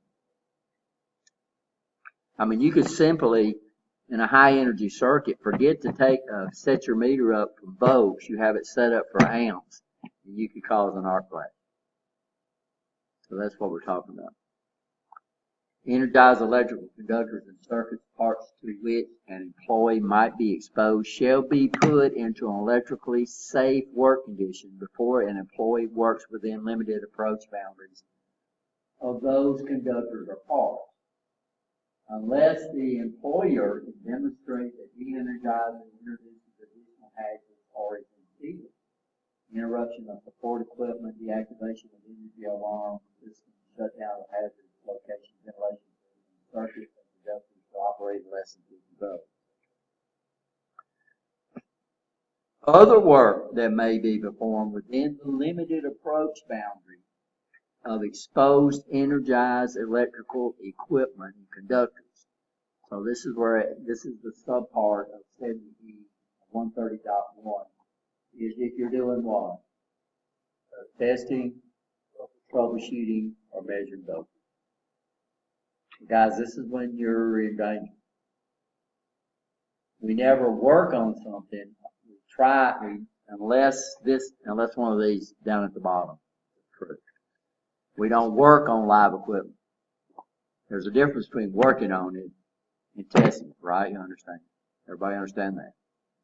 But you can work on live equipment, but you got to be extremely careful if it's going to interrupt life support.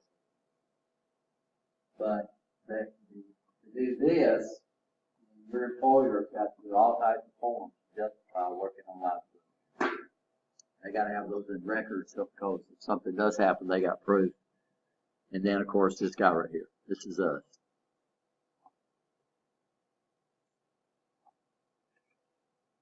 Okay, you'll go ahead and take another break now.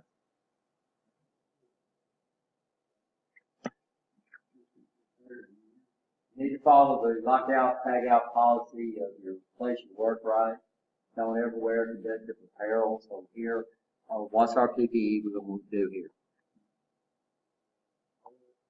Yeah, no short pants, right? No synthetic material, right? No jewelry, unless it's rubber or insulated.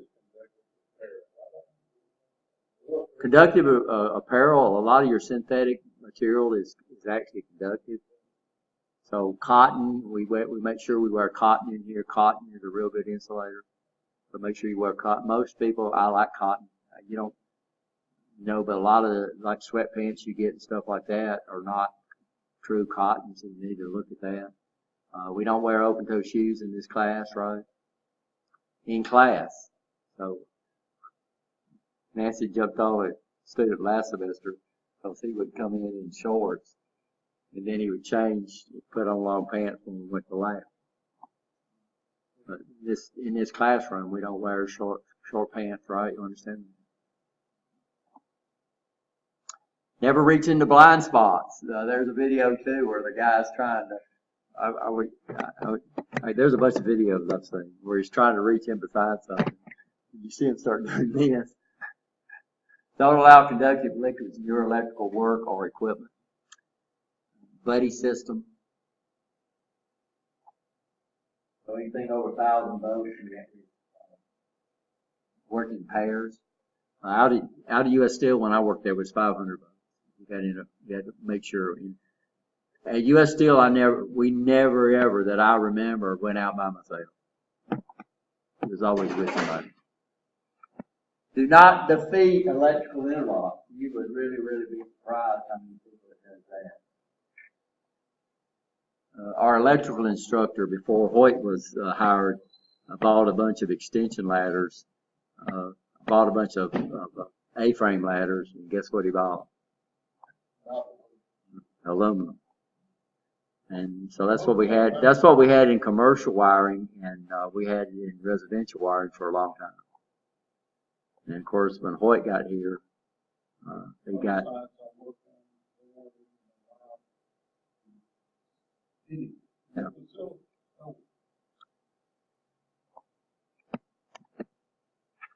So this is arc flash labeling. This is an example of arc size labeling. And basically what they come in, they have a formula called calories per centimeter squared that they use to calculate arc flash. Now normally what you do is pretty complicated task. Everybody that I've known hires an outside source to come in and do their arc flash calculation. And it all depends on a lot, how far you're away from the power source. So the further you get inside a building and the more transformers you go through, then the less you have. And then of course, so it deals with how much energy is available, how much voltage is available, and how much current is available from that source. So this guy here would be category 0, which is what we are, which requires us to wear what? Untreated copper. Now it says untreated. That might not be true because you can buy, I imagine it doesn't mean, we can buy fire retardant shirts too. Which is that. This would be so this one, it's got 156 inches. But it don't mean if I get into 156 inches, then I've got to wear arc flash PPE, right? Now, if we're back so much, then they have different boundaries depending on what it is, and you have to wear different PPE depending on how close you get to it. Everybody understand that? Here's the different categories. Of course, we're down in category 0. Which basically is a hard hat. We don't have to wear hard hats in here. Safety glasses, right? Earplugs. We don't wear those in here because we're only dealing with 24 volts, and plus this is training. Then what? Cotton clothing, long pants, and then they say leather shoes. We don't require leather shoes because we're trained, right? All we do is require. We don't require open toe shoes. So there's different boundaries that they look at. Of course, your workplace would have to inside these boundaries, and then they have different labeling that you put on the floor that shows you what PPE you're supposed to have the closest you get to that energy source. So they call them approach boundaries, and they call them limited, restricted, and prohibited. So basically, you can't get past these boundaries. So you can't climb in the cabinet, right?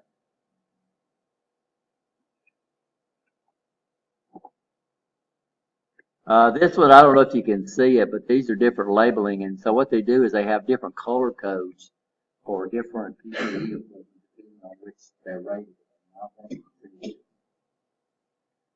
So 0, things that's rated for 0 should be, what color would that be? Double 0, I'm sorry. That red would be it's supposed to be running. White would be this one. Yellow would be this one. Green would be this one. It seems like that one ought to be opposite. It seems like this ought to be green.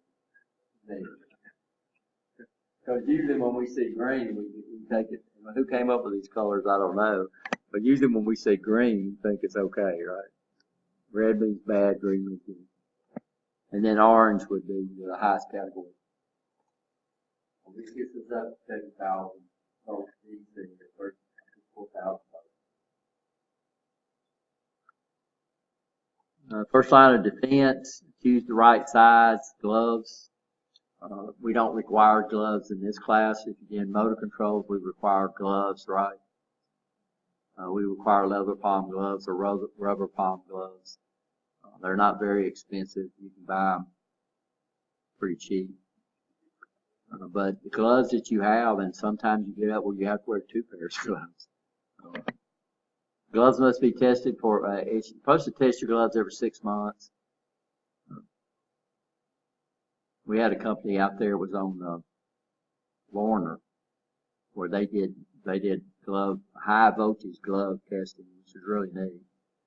So these are rubberized gloves. And, they had a big water vat and fill the glove up with water and put an electrode out here and an electrode up here, and the top never got in the water. And they checked the current flow through the gloves, which is pretty neat.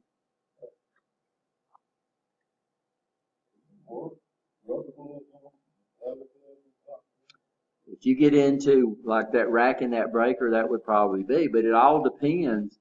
I've never had to do that because I've never racked a breaker. I've never got into a power source that has that much energy because I'm an electronic repairman. Not this. This we don't have to. This is a category 0 gloves that are not even required. Even our motor controls lab is probably still a category 0, right? You understand that? But we just want to get you used to wearing PPE.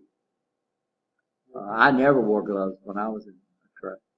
We didn't wear gloves. I mean, this is long before 78 when we was troubleshooting. The PPE that we wore at US Steel was steel-toed shoes, leather steel-toed shoes. We of course, had to wear long pants all the time. We wore safety glasses, and we wore a hard hat, and we had earplugs. That was the PPE when I was out there. And that was PPE for everybody. I don't remember anybody wearing anything different. Now if you go out there, it's going to be different because of 78. We got some really good videos about guys talking about in the old days. What they did is they put you with somebody. And they would come up and they'd say, well, when you turn that on, you need to stand to the side. And that was your safety training. So that was it. And that you got to understand, when industry first came in here, that's killing people left and right because there was no safety standard. And then, of course, OSHA has established these safety trainings over time. Normally, they don't consider anything to be unsafe until somebody gets hurt. And then they start looking at it. What could we do to prevent the accident? And unfortunately, that's true.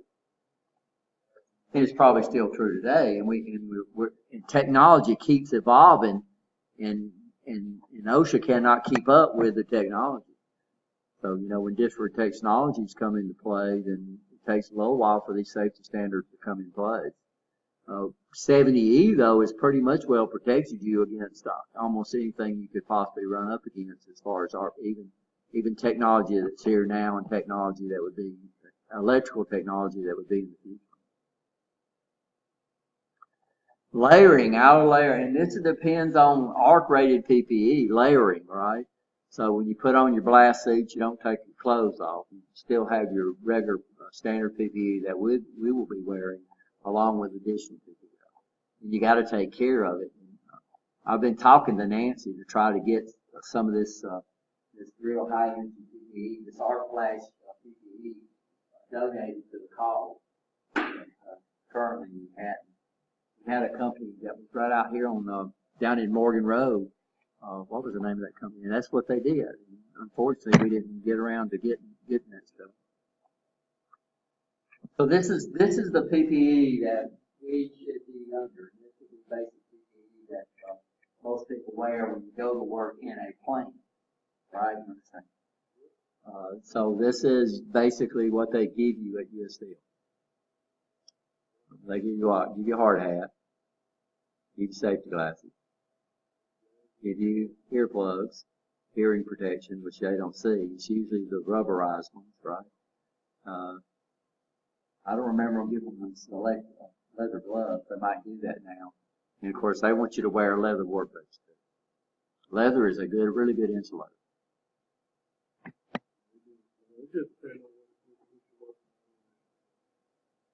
So, we don't have to do leather gloves here, but we're well below a zero. We're well below a zero, right?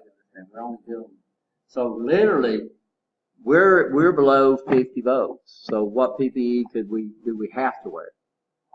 We literally don't have to wear any of them. But if you don't wear safety glasses around electrical, you got problems. So safety glasses, and we're gonna wear long pants, and we're gonna make sure we don't wear open toe shoes, right? So if you got hard hats and safety glasses, you're gonna wear them, that's fine. This is between 1.2 and 4 calories. So notice what they've added. They've added face shield. They've added leather gloves. And then also probably,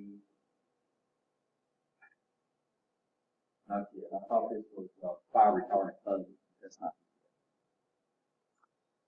not. This is 4.8. It looks about the same until you start reading what's required, right? So here we got to have calorie long, so we got to have a shirt that's rated at, so notice the color of the shirt is changed. So we got to have a color of the shirt and long pants that are coveralls. So you got to have what they call an 8+ calorie shirt. Right? We go back to here. I didn't mean to cut. Here's a shirt and pants that's rated at 4 calories, right? This requires the same equipment, but you have to have a higher rated clothing. This is when we start getting into big problems right here, dangerous situations, where we get into the 8 to 25 calories per centimeter squared. Here we got to have a flash hood, 25+ flash hood, long sleeve shirts and long pants, right? Safety glasses, all related face shield, ear protection, and leather gloves. And then this right here would be the blast safety. This is 25 to 40 calories per centimeter squared.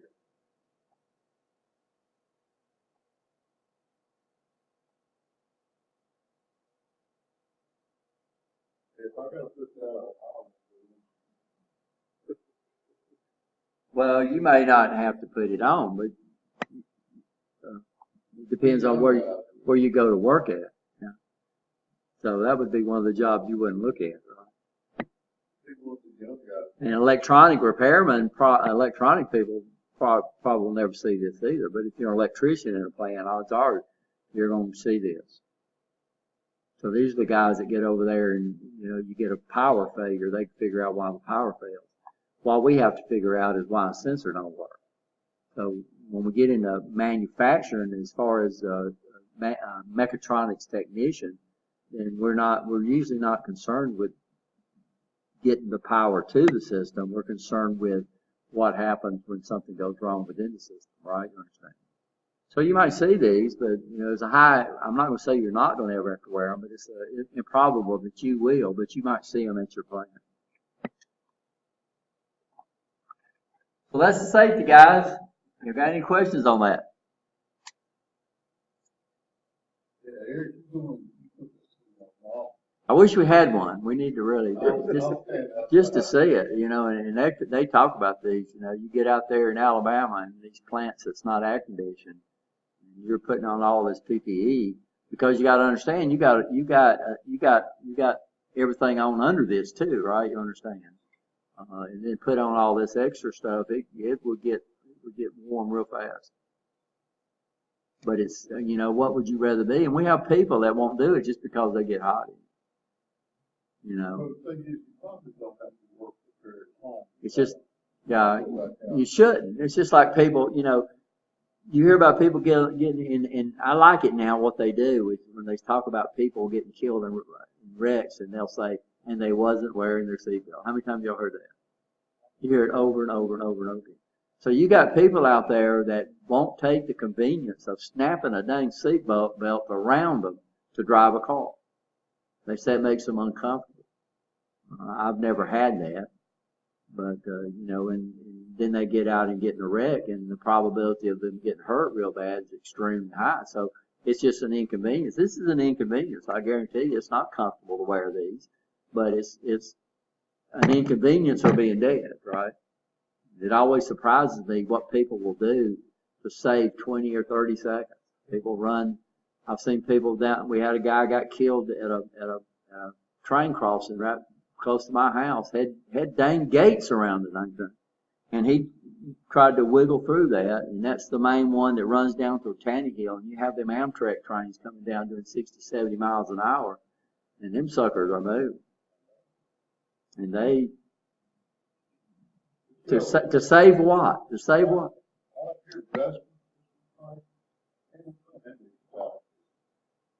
Just going around those dang gates, you know. So all these through Bessemer, all those lines are protected now, as far as I know, with gates. Over in Europe, they've got them suckers that come up out of the ground. We got these things that do like this, right? I've never seen one come out. Yeah, they cover the whole road. One thing I say is these roads,